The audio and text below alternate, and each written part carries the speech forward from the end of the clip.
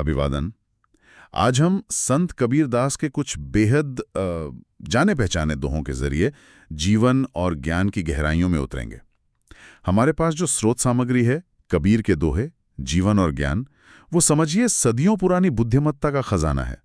लेकिन कमाल की बात यह है कि ये बातें आज भी उतनी ही ताज़ा और प्रासंगिक लगती हैं।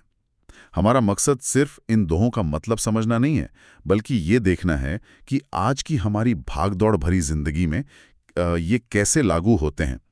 कबीर ने समाज, अध्यात्म और खुद को जानने मतलब आत्मनिरीक्षण के बारे में जो कहा, वो आज भी हमें सोचने पर मजबूर करता है। तो चलिए इस ज्ञान की परतों को धीरे धीरे खोलते हैं। बिल्कुल। और कबीर की खासियत यही है कि उनकी भाषा एकदम आम आदमी की भाषा है, सीधी सरल, लेकिन उनके विचारों में आप देखेंगे तो सागर जैसी गहराई है। ये दोहे महज कोई कविताई नहीं है, ये असल में जीवन जीने की कला सिखाने वाले सूत्र हैं। ये हमें खुद को बेहतर बनाने, सब्र रखने और असली ज्ञान को पहचानने की दिशा दिखाते हैं। तो पहली परत खोलते हैं आत्मनिरीक्षण की। कबीर का ये दोहा तो शायद हम सबने सुना ही होगा। बुरा जो देखन मैं चला बुरा न मिलिया कोय, जो दिल खोजा आपना मुझसे बुरा न कोय। सुनने में कितना आसान लगता है, पर इस पर अमल करना वो थोड़ा मुश्किल है ना? हाँ, ये अमल करने वाली बात ही सबसे अहम है। यहाँ कबीर हमारी एक बहुत आम आदत पर उंगली रख रहे हैं। मतलब दूसरों में नुक्स निकालना, बाहर की दुनिया में बुराई ढूंढना, ये आसान भी लगता है ना, दूसरों को देखना।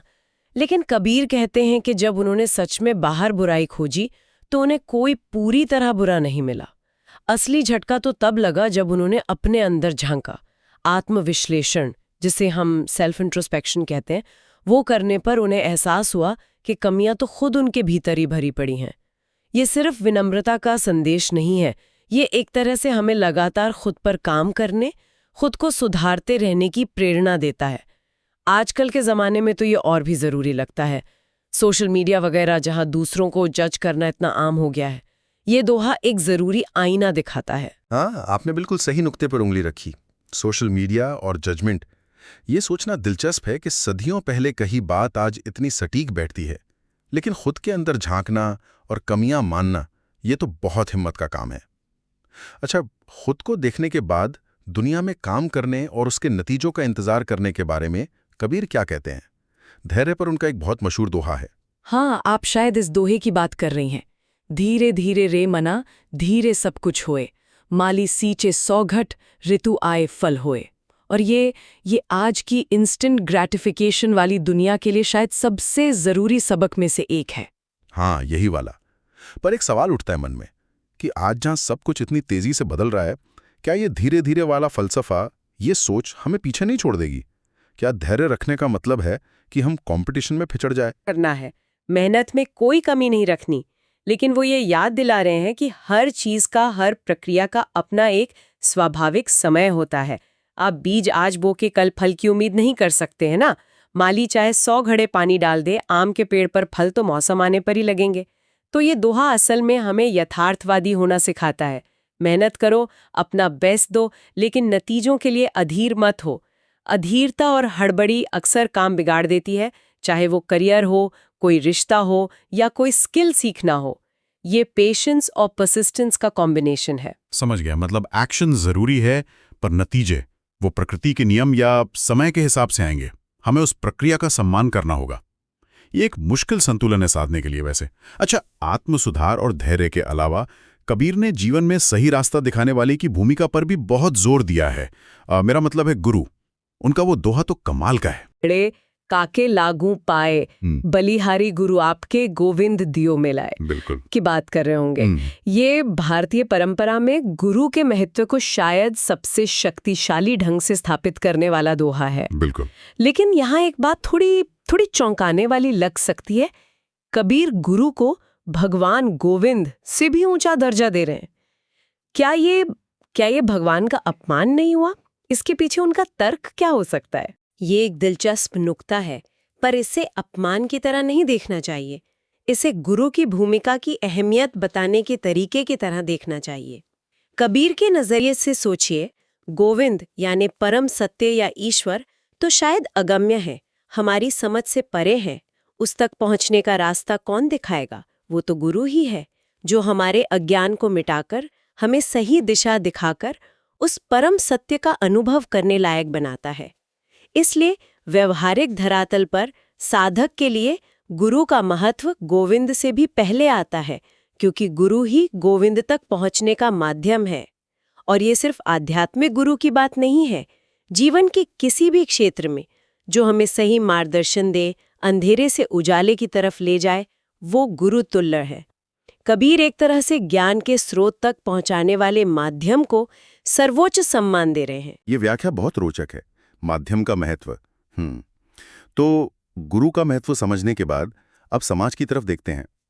कबीर ने सिर्फ आध्यात्मिक मार्गदर्शन ही नहीं दिया, बल्कि सामाजिक हकीकतों पर भी बहुत तीखी और बेबाक टिप्पणी की है, खासकर दिखावे और भेदभाव पर। उनका एक दोहा है जो बाहरी पहचान से ज्यादा अंदरूनी गुणों पर जोर देता है। हाँ, वो प्रसिद्ध दोहा है, जाति न पूछो साधु की, पूछ लीजिए ज्ञान, मोल करो तलवार का, पड़ा रहन दो म्यान। ये उस समय के समाज के लिए तो जहां जाति व्यवस्था इतनी कठोर थी, एक क्रांतिकारी विचार था। और आज भी ये उतना ही प्रासंगिक लगता है, शायद रूप बदल गया है बस। आज हम जाति नहीं पूछते शायद, पर हम पूछते हैं कि कहाँ से पढ़े हो, कौन सी कंपनी में काम करते हो, कितना कमाते हो। ये सब भी तो एक तरह की म्यानी ही है ना? आपने बिल्कुल सही पकड़ा। कबीर का संदेश सार्वभौमिक है, कालातीत है।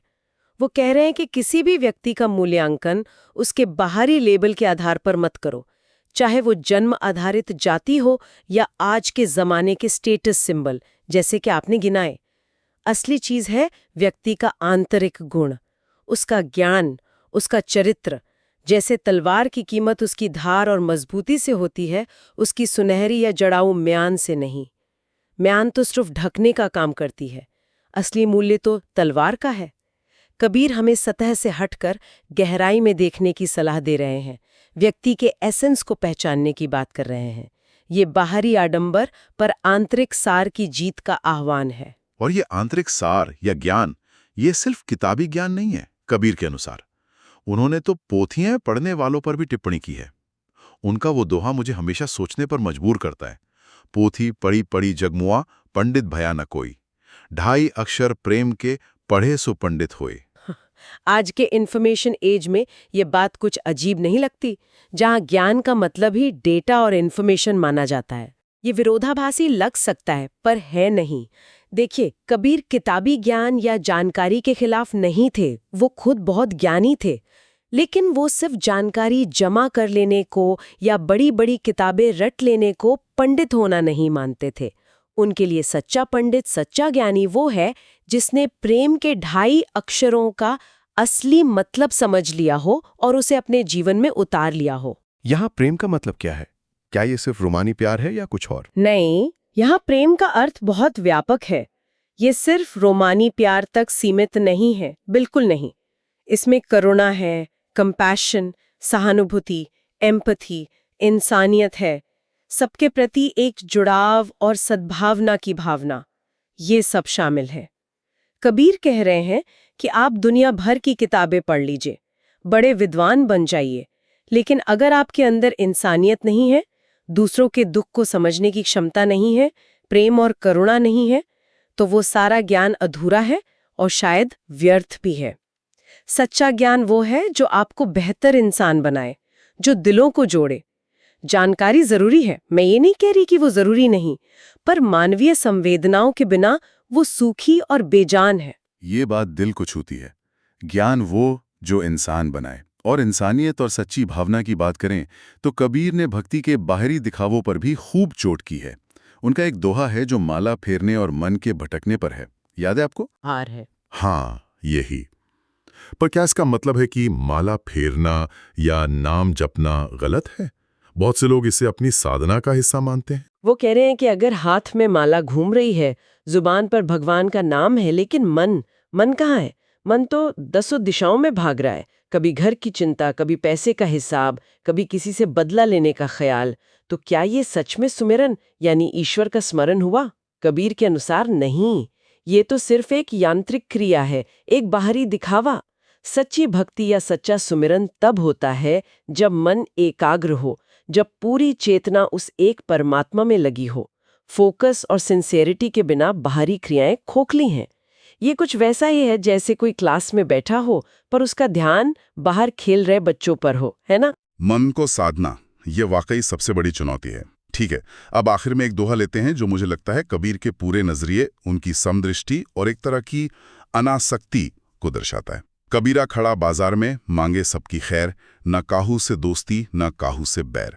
ये तो जैसे उनके जीवन जीने के तरीके का निचोड़ लगता है। बिल्कुल, ये उनके जीवन दर्शन का सार है। जरा इस दृश्य की कल्पना कीजिए। कबीर संसार रूपी बाजार के बीचों बीच खड़े हैं। वो क्या मांग रहे हैं? अपने लिए कुछ नहीं, वो सबके लिए खैर यानी कल्याण, भलाई मांग रहे हैं, बिना किसी भेदभाव के। और साथ ही वो अपनी स्थिति भी स्पष्ट कर रहे हैं, न काहू से दोस्ती न काहू से बैर। इसका मतलब ये नहीं कि वो किसी से मिलते जुलते नहीं थे या उनके कोई दोस्त नहीं थे। नहीं, इसका गहरा मतलब है कि उनका किसी से न तो कोई विशेष राग था, मतलब अटैचमेंट, और ना ही किसी से द्वेष था, एनिमोसिटी। ये अनासक्ति और समदृष्टि का आदर्श उदाहरण है। ये अनासक्ति और समदृष्टि शब्द थोड़े भारी लगते हैं सुनने में। आम भाषा में इसका क्या मतलब हुआ? देखिए, अनासक्ति का मतलब उदासीनता या दुनिया से भाग जाना नहीं है। इसका मतलब है दुनिया में रहते हुए, लोगों से रिश्ते रखते हुए भी किसी चीज या व्यक्ति से इतना ज्यादा चिपक न जाना कि उसके होने या ना होने से हमारा मानसिक संतुलन पूरी तरह बिगड़ जाए। एक तरह का भावनात्मक संतुलन बनाए रखना। और समदृष्टि का मतलब है सबको एक समान भाव से देखना, सुख दुख, मान अपमान जैसी स्थितियों में विचलित हुए बिना शांत रहना। कबीर कह रहे हैं कि वो सबके लिए अच्छा चाहते हैं, पर किसी के प्रति उनका झुकाव या विरोध ऐसा नहीं है जो उनकी शांति भंग कर सके। ये एक बहुत ऊंची मानसिक और आध्यात्मिक अवस्था है। तो कबीर के इन कुछ दोहों पर जो हमने ये गहन चर्चा की, इससे मुख्य बातें क्या निकल के आती हैं? अगर हमें कुछ निचोड़ निकालना हो, कुछ टेक अवेज। मुझे लगता है कई अहम बातें हैं। पहली, खुद के अंदर झांकने का महत्व, जिसे हमने आत्मनिरीक्षण कहा।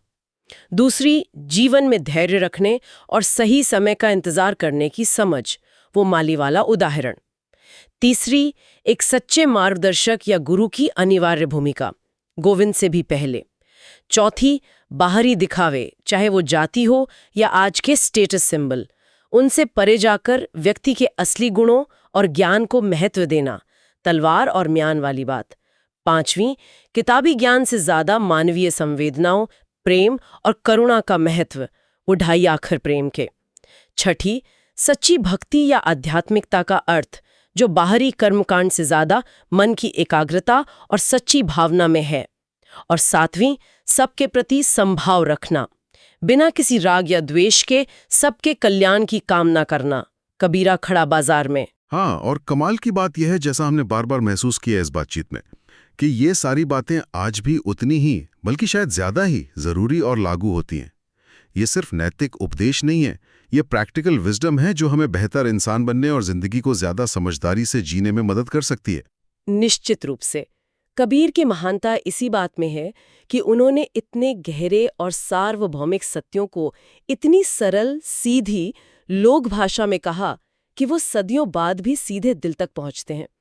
ये दोहे वाकई में ज्ञान के मोती हैं, जिन्हें बस हमें पहचानने और अपने जीवन में पिरोने की जरूरत है। तो ये थी संत कबीरदास के कुछ अनमोल दोहों पर हमारी आज की बातचीत, जो हमें प्राप्त स्रोत सामग्री पर आधारित थी। उम्मीद है कि इन दोहों के पीछे छिपे गहरे अर्थों पर कुछ नई रोशनी डालने में हम कामयाब हुए होंगे। हाँ, और जाते जाते एक सवाल, एक विचार श्रोताओं के मन में छोड़ जाते हैं। कबीर ने बाहरी आडंबरों और सिर्फ किताबी ज्ञान के मुकाबले अंदर की समझ, मन की पवित्रता और सबसे बढ़कर ढाई अक्षर प्रेम यानी करुणा, सहानुभूति, इंसानियत को सर्वोपरि रखा।